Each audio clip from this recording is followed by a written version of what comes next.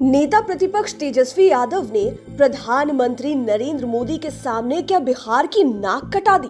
PM के सामने तेजस्वी यादव आखिर क्यों अटक रहे थे? वे अटके भी तो एक दो बार नहीं बल्कि 4 मिनट के भाषण में 5-6 बार अटक गए। इसे लेकर तेजस्वी यादव मीडिया से लेकर सोशल मीडिया तक में सुर्खियों में आ गए हैं। उनकी 9वीं फेल पर एक बार फिर से बिहार के सियासी गलियारों में बहस छिड़ गई है। बीजेपी ही नहीं, जेडीयू वाले भी तेजस्वी को अब घेरने लगे हैं। उन पर तरह तरह के कमेंट्स किए जा रहे हैं। उनके भाषण लिखने को लेकर आरजेडी के राज्यसभा सांसद मनोज झा को भी लोगों ने कटघरे में खड़ा कर दिया है। दरअसल तेजस्वी यादव अपने संक्षिप्त भाषण में ऐसे शब्दों पर अटके हैं जिनकी कल्पना तक नहीं की जा सकती है। हालांकि उससे कठिन शब्दों को वो अच्छी तरह से बोल लेते थे, लेकिन नॉर्मल शब्दों में वो अटक गए।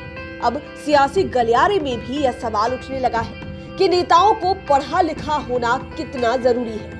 अब पहले वाली बात नहीं रही कि कुछ भी बोलकर आप निकल जाएंगे। यदि ऐसा करेंगे तो आपकी इज्जत हसाई तो होगी ही, आप पर लोग थू थू भी करेंगे। खासकर विरोधी तो आपकी हंसी जरूर उड़ाएंगे। जब एक बार नाक कट जाती है तो फिर लाख उस पर सफाई दी जाए, लेकिन धनुष से निकला हुआ तीर वापस नहीं आता। कुछ ऐसा ही हो गया तेजस्वी यादव के साथ। भले ही इस पर अब मनोज झा सफाई दे कि तेजस्वी यादव अपने भाषण में आखिर क्यों अटक रहे थे। चाहे रोहिणी आचार्य कुछ भी कह ले, लेकिन सफाई यहाँ सुन कौन रहा है। सब तेजस्वी यादव को ही पढ़ाई को लेकर घेरने में लग गए हैं। हालांकि तेजस्वी यादव की डिमांड की नेता से लेकर आम आदमी तक सराहना कर रहे हैं और उनका समर्थन करते हुए पूर्व मुख्यमंत्री कर्पूरी ठाकुर को भारत रत्न देने की मांग को सही भी ठहरा रहे हैं। लेकिन इन सबके बीच भाषण में उनके अटकने ने सब कुछ पर पानी ही फेर दिया। पहले आप ये सुनिए कि नेता प्रतिपक्ष तेजस्वी यादव अपने 4 मिनट के भाषण पर कहां अटक गए। विश्व को प्रथम बार लोकतांत्रिक व्यवस्था से परिचय कराने वाली महान भूमि बिहार के मुख्यमंत्री आदरणीय श्री नीतीश कुमार जी की school of democracy legislative studies जैसी एक संस्था बिहार में स्थापित हो, जिसके माध्यम से विधायी और लोकतंत्र के विभिन्न पहलुओं पर शोध एवं अध्ययन की अवसर और प्रशिक्षण दिया जा सके। विभिन्न पहलुओं पर शोध और अध्ययन के अवसर और प्रशिक्षण दिया जा सके। पूरे देश के जनप्रतिनिधियों, युवाओं और संबंधित कर्मचारियों को इससे लाभ मिलेगा। आशा है आप हमारी मांग को पूर्ण करेंगे। हमें विश्वास है और गंभीरतापूर्वक समझेंगे। इसी प्रांगण में हम जननायक कर्पूरी ठाकुर जी के आम कदम प्रतिमा के बगल में बैठे हैं। हमारी मांग है कि जननायक कर्पूरी ठाकुर जी को भारत रत्न देकर इस शताब्दी वर्ष समारोह एवं देश के प्रधानमंत्री जी के बिहार विधानसभा प्रांगण में प्रथम आगमन को और अधिक यादगार बनाने की कृपा करें। यह उपस्थित हर एक माननीय सदस्यों की यही हार्दिक इच्छा है कि जननायक कर्पूरी ठाकुर जी को एक अवश्य ही भारत रत्न मिलना चाहिए। लोकतंत्र में समक्ष कई चुनौतियां हैं, लेकिन हम सामूहिक प्रयास और संकल्प से जनतंत्र को धनतंत्र और छलतंत्र से बचा सकते हैं। हमारे पुरखे ने लोकतंत्र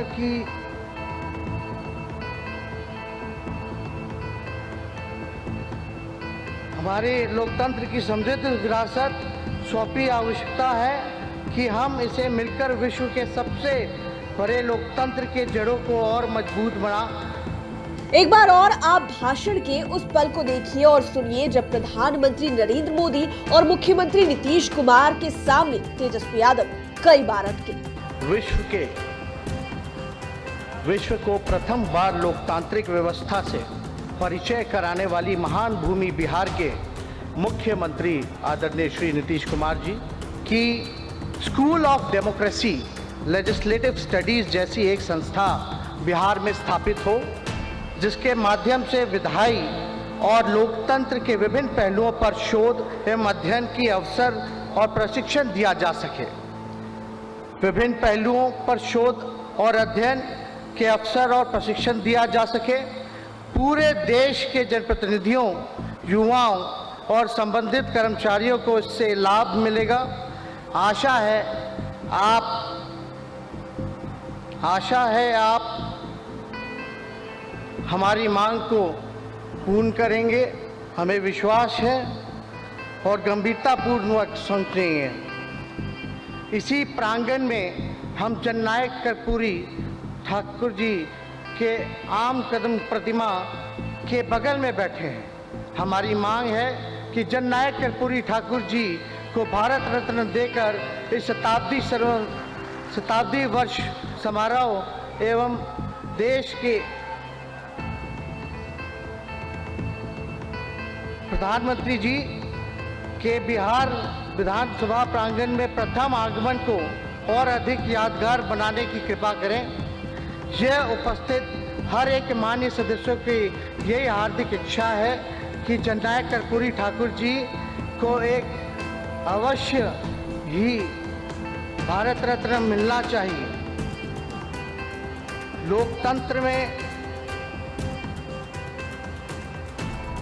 समक्ष कई चुनौतियां हैं, लेकिन हम सामूहिक प्रयास और संकल्प से जनतंत्र को धनतंत्र और छलतंत्र से बचा सकते हैं। हमारे पुरखे ने लोकतंत्र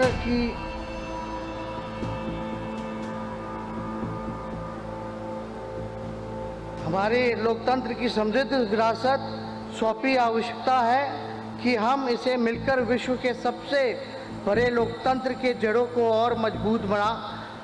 तो आपने सुना भी और देखा भी किस कदर नेता प्रतिपक्ष तेजस्वी यादव अपने भाषण के बीच में अटकते रहे।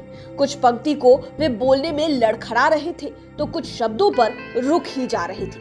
दरअसल तेजस्वी यादव ने बिहार विधानसभा के शताब्दी वर्ष समापन समारोह में जो भाषण दिया, बाद में उसकी कॉपी भी मीडिया को उपलब्ध कराई गई थी। यह पूरा भाषण महज 4 मिनट का भी ठीक से नहीं था। इंट्रो को छोड़ दिया जाए तो पूरा भाषण 5 पॉइंट्स में था, जिसमें इंट्रो के अलावे वे दूसरे, तीसरे और चौथे पॉइंट में पूरी तरह अटक गए। इसमें पॉइंट नंबर 2 में लिखा हुआ था कि समाज के हर वर्ग की आबादी के अनुसार भागीदारी और हिस्सेदारी से ही लोकतंत्र समृद्ध और समावेशी होगा। इस तरह पॉइंट नंबर 3 में यह लिखा था कि माननीय प्रधानमंत्री जी, जैसा मैंने पहले कहा है कि हमारे राज्य के वैशाली से ही लोकतंत्र बाकी जगहों पर प्रसारित हुआ, अतः मैं आपसे आग्रह करता हूं कि school of democracy and legislative studies जैसी एक संस्था बिहार में स्थापित हो, जिसके माध्यम से विधायी और लोकतंत्र के विभिन्न पहलुओं पर शोध एवं अध्ययन के अवसर और प्रशिक्षण दिए जा सके। पूरे देश के जनप्रतिनिधियों, युवाओं और संबंधित कर्मचारियों को इससे लाभ मिलेगा। आशा है आप हमारी इस मांग पर गंभीरतापूर्वक विचार करेंगे। इसके अलावे पॉइंट नंबर 4 में लिखा हुआ था, आदरणीय प्रधानमंत्री जी, आपने डिजर्विंग और विशेषज्ञ व्यक्तियों को पद्मश्री, पद्म भूषण इत्यादि सर्वोच्च नागरिक पुरस्कार देने की एक स्वस्थ एवं सकारात्मक परंपरा स्थापित की है। इसी प्रांगण में हम जननायक कर्पूरी ठाकुर जी की आदमकद प्रतिमा के बगल में बैठे हैं। हमारी मांग है कि जननायक कर्पूरी ठाकुर जी को भारत रत्न देकर इस शताब्दी वर्ष समारोह एवं देश के किसी भी प्रधानमंत्री के बिहार विधानसभा प्रांगण में प्रथम आगमन को और अधिक यादगार बनाने की कृपा करें। यहाँ उपस्थित हर एक माननीय सदस्य की यह हार्दिक इच्छा है कि जननायक कर्पूरी ठाकुर जी को अवश्य ही भारत रत्न मिलना चाहिए। पॉलिटिकल एक्सपर्ट्स के अनुसार इन तीनों पॉइंट्स के पहले ही वे इंट्रो में ही अटक गए थे, क्योंकि जारी रिलीज में इंट्रो नहीं था। इसका मतलब कि इंट्रो उन्होंने अलग से लिखा होगा, लेकिन इसमें भी वे का में फंसते हुए नजर आ रहे थे। इसके अलावे पॉइंट 3 में वे ज्यादा अटके। पॉलिटिकल एक्सपर्ट्स की माने तो नेता प्रतिपक्ष तेजस्वी यादव विधानसभा शताब्दी समापन समारोह में जब अपना संबोधन कर रहे थे तो उनके अंदर विश्वास की कमी साफ नजर आ रही थी। सबसे पहले तो वह एक लिखा हुआ भाषण पढ़ रहे थे और उसे पढ़ने के दौरान वे साधारण से साधारण शब्दों में अटकते नजर आए। वे संभवतः कल पहली बार अपने लय से भटकते हुए नजर आ रहे थे। आमतौर पर तेजस्वी लिखा हुआ भाषण नहीं पढ़ते हैं, मगर विधानसभा शताब्दी समापन समारोह में पता नहीं क्यों वे लिखा हुआ भाषण लेकर पहुंच गए। असली गड़बड़ी शायद यहीं से शुरू हुई। पॉलिटिकल एक्सपर्ट्स मानते हैं कि उन्हें लिखा हुआ भाषण लेकर जाना नहीं चाहिए था। वे अपने मन से यदि भाषण देते तो शायद उससे उनका कद और अधिक बढ़ जाता। चूंकि उन्हें पढ़ने की बहुत अधिक आदत नहीं रहने की वजह से वे पढ़ने के दौरान लड़खड़ा गए होंगे। सबसे ज्यादा हास्यास्पद जननायक कर्पूरी ठाकुर जी की आदमकद प्रतिमा वाली पंक्ति में हो गया, जहां उन्होंने आदमकद को आम कदम बोल दिया और आम कदम बोले तो वहां मौजूद लोग एक दूसरे को ताकने लगे। तेजस्वी यादव के भाषण के दौरान अटकने पर वहां बैठे जनप्रतिनिधि ही नहीं, प्रधानमंत्री नरेंद्र मोदी और मुख्यमंत्री नीतीश कुमार भी सकपका गए। पॉलिटिकल एक्सपर्ट्स की माने तो यह नर्वस कम पढ़ाई का पेच का मामला ज्यादा था। लेकिन आरजेडी के राज्यसभा सांसद मनोज झा ने सफाई दी है। जब लाइव सिटीज से उन्होंने बातचीत की तो मनोज झा ने कहा कि तेजस्वी यादव के भाषण के दौरान अटकने को लेकर मीडिया में गलतफहमी हो गई है। वे अटके नहीं थे, बल्कि तेजस्वी की बाईं आंख में कुछ प्रॉब्लम आ गई है। आंख में साइट प्रॉब्लम की वजह से कागज पर लिखे शब्द ब्लर हो रहे थे। इसकी वजह से पढ़ने में थोड़ी प्रॉब्लम हुई, लेकिन उन्होंने जो भी मांगे उठाई उस पर प्रधानमंत्री नरेंद्र मोदी को विचार करने की जरूरत है। ये जायज मांग है। बहरहाल मामला जो भी हो, लेकिन इसे लेकर अब बीजेपी के साथ ही जेडीयू वाले भी तेजस्वी यादव को घेरने लगे हैं। जेडीयू प्रवक्ता अभिषेक झा ने कमेंट करते हुए मीडिया हाउस से कहा कि जब अनुकंपा के आधार पर तेजस्वी यादव राजनीति करेंगे तो विश्वास की कमी तो नजर आएगी ही। देखकर भाषण पढ़ना और लड़खड़ाना दर्शाता है कि उनके अंदर विश्वास और आत्मबल की पूरी कमी है। परिवारवाद और वंशवाद वाली पार्टियों में अक्सर ऐसा देखने को मिलता है। वहीं जेडीयू के ही निखिल मंडल ने सोशल मीडिया पर लिखा है कि इसलिए कहता हूं पढ़ाई लिखाई बेहद जरूरी है, लेकिन सबसे बड़ी बात कि प्रधानमंत्री नरेंद्र मोदी ने तेजस्वी से उनके पिता लालू यादव के बारे में जानकारी ली। दरअसल जब पीएम जा रहे थे तो उनके साथ तेजस्वी भी थे। तब पीएम ने यह भी पूछा कि अब उनके पिता की सेहत कैसी है। तब तेजस्वी ने लगातार सुधार होने की बात कही। वहीं पीएम ने गंभीर माहौल को हल्का करने के लिए कहा कि आप थोड़ा वजन कम करो। इस पर तेजस्वी मुस्कुराने लगे, लेकिन उनके भाषण में अटकने का मामला सुर्खियों में बना हुआ है और इससे बचने के लिए अब तेजस्वी को चाहिए कि वे पुराने फॉर्म में ही बिना पढ़े भाषण दें और यदि नौबत पढ़ने की ही रहे तो बेशक उसका रिहर्सल कर ले, क्योंकि इसे लेकर जब विरोधी मजाक उड़ाते हैं तो उनके समर्थकों को भी बड़ा दुख होता है। लाइव सिटीज के लिए राजेश ठाकुर की स्पेशल रिपोर्ट। अगर अभी तक आपने हमारे चैनल को सब्सक्राइब नहीं किया है तो जरूर कर ले। ये वीडियो फेसबुक पर देख रहे हैं तो पेज को लाइक करें, साथ ही साथ हमें ट्विटर पर जरूर फॉलो करें। धन्यवाद।